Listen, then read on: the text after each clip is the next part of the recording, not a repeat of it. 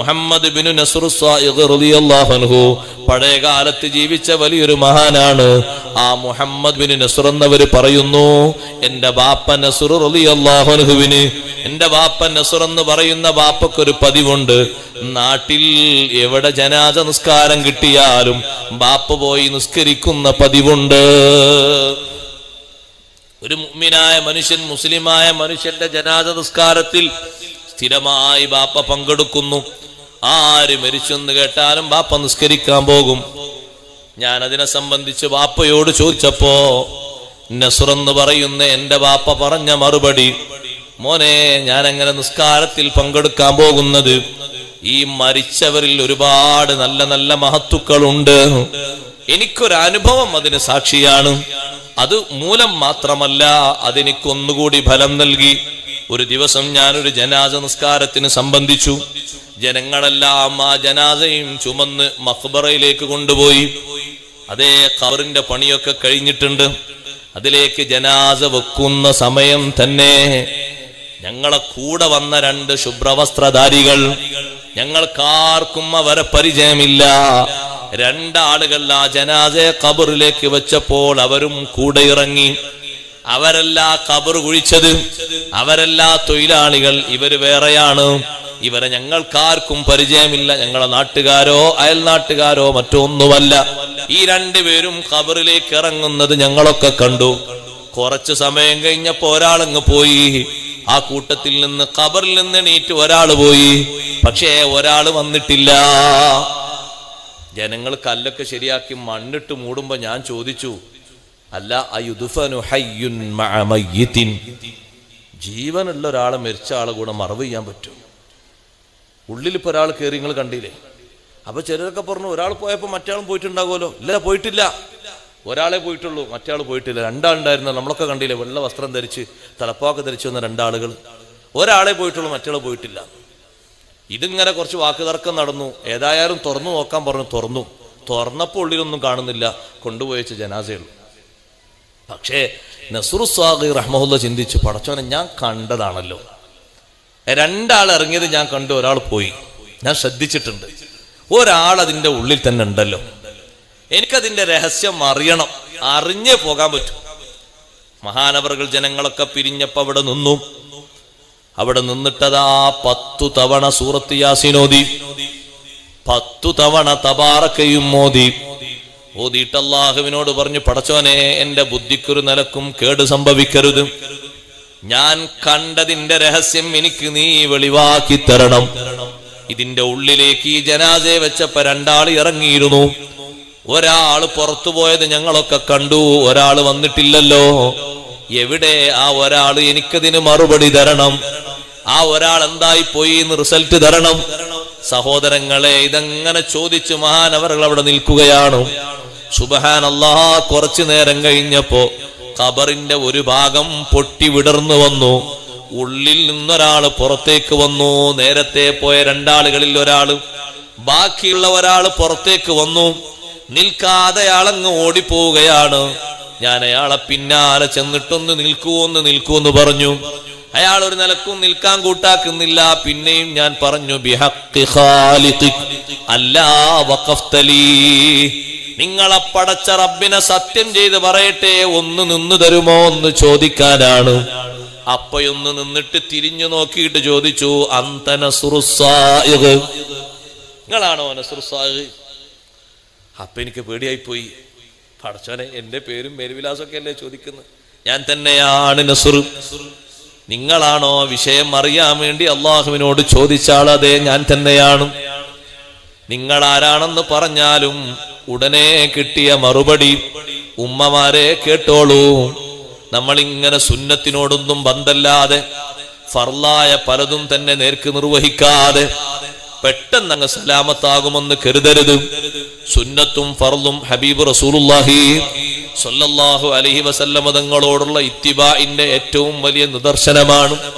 നമ്മുടെ രൂപഭാവങ്ങളിലും അഫ്ആലുകളിലും ഹറക്കാത്ത് സക്കനാത്തുകളിലും ഒക്കെ സുന്നത്ത് വരണം. അതേ ഫർളുകൾക്കൊരു കുറവും വരരുത്. ഫർളുകളിൽ തികഞ്ഞ കാർക്കശ്യമുള്ളതുപോലെ സുന്നത്തുകളിലും നല്ലവണ്ണം പതിവ് വേണം. അതിന് നല്ല തൗഫീഖ് വേണം. അതിന് നല്ല സുന്നത്തിനോട് നല്ല സ്നേഹം വേണം. അത് തങ്ങളോടുള്ള സ്നേഹത്തിന്റെ പ്രകടമായ അടയാളമാണ്. അവിടെ മലക്ക് നിന്നുകൊണ്ട് പറയുന്നത് നഹ്നു മലക്കാനി മിൻ മലായികത്തിർ റഹ്മാ. ഞങ്ങൾ ആരാന്നറിയോ? ഞങ്ങൾ രണ്ടുപേരും റഹ്മത്തിന്റെ മലക്കുകളിൽപ്പെട്ട രണ്ട് മലക്കുകളാണ്. ഉക്കിൽനാ ബി അഹ്ലി സുന്നാ.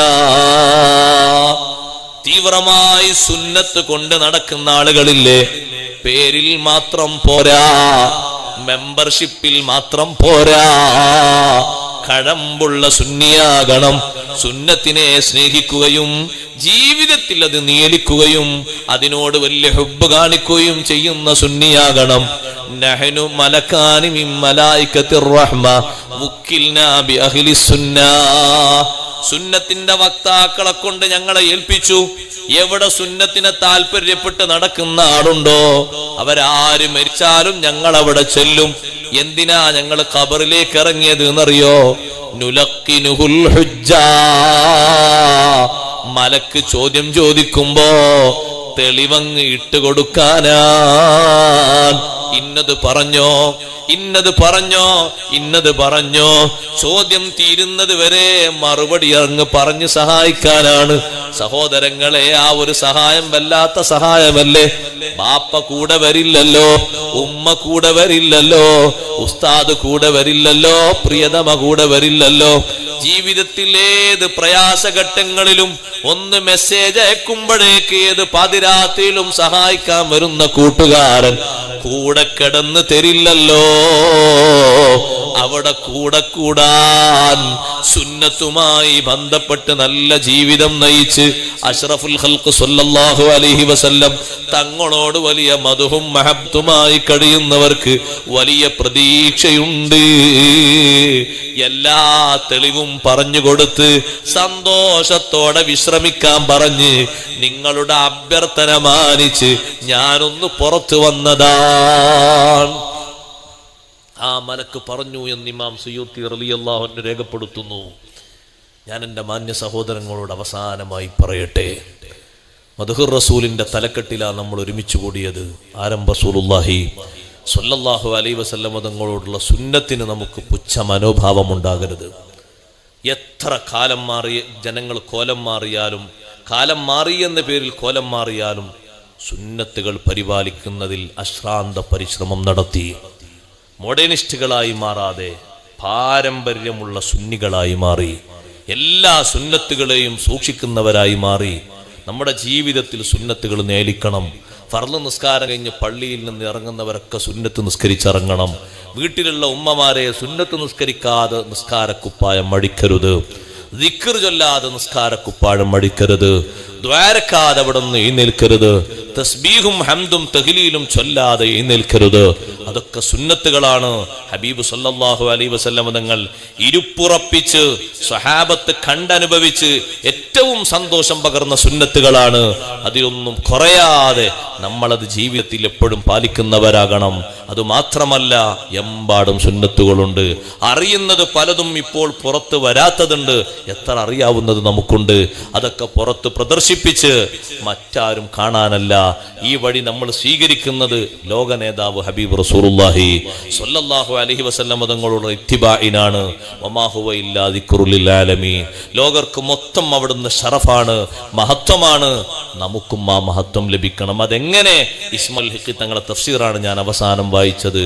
അവിടുത്തെ ഇത്തിബാ ചെയ്തിട്ട് പരലോകത്തെത്തുന്ന നേരത്ത് എന്നെ ഇത്തിബാ ചെയ്ത് എൻ്റെ സുന്നത്തിന് ജീവൻ പകർന്ന് എൻ്റെ സുന്നത്തിനെ സ്നേഹിച്ച് ഏത് ഘട്ടത്തിലും എൻ്റെ സുന്നത്തിന് നല്ല സന്തോഷം നൽകിയിട്ട് അത് കൊണ്ടു നടന്ന മനുഷ്യനാണ്, അത് കൊണ്ടു നടന്ന പെങ്ങളാണ്.